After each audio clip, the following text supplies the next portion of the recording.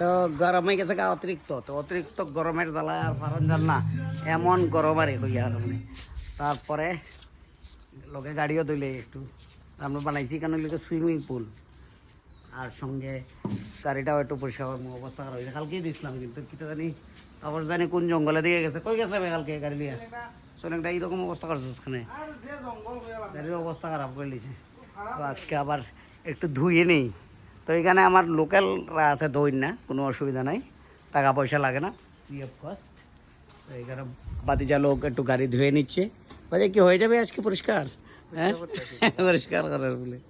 তো দুইজন আমার স্টাফ আছে, তারা কইরা নিব, মোটামুটি ভিতর পরিষ্কার হয়ে গেছে গা। আর আমার সুইমিং পুলও রেডি। তো বাস গরম থেকে বাঁচার অবস্থা হয়ে গেছে গা, ব্যবস্থা সরি অবস্থা গরম। গন্দা পানি উনি ডালি দিছত নাকি তা, হ্যাঁ চুল পড়ছে বলে। ঠিক আছে, তো গাড়িটা একটু ধুয়ে নিই, একটু পরিষ্কার করে নিই।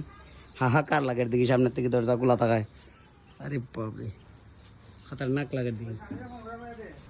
গাড়ি ধোয়ার সঙ্গে সঙ্গে একটু জিন্দগির মজাও লইলেই এই গরমের ভিতরে।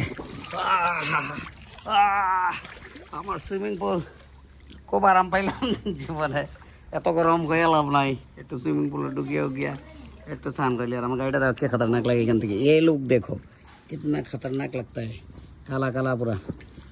তো এটা তোরা তো দরকার লাগলে আমার ডাক দিস রে। ঠিক আছে, এইটা লোক আমার বাড়ির ভিতরেই আজকে সার্ভিসিং বানাই দিয়েছি, খুব ভালো গ্রাউন্ড ক্লিয়ারেন্স আছে। তো আজকে না দেখলাম নিচ দিকে, ওইখানে লাগাইছিলাম ইয়ের যাই সময় নিচেরটা, পুরো একবার যাই সময় কুছ নেই হুয়া, স্ট্রং আছে। তো টাটা বাই বাই, গরম এরম ফিল লো।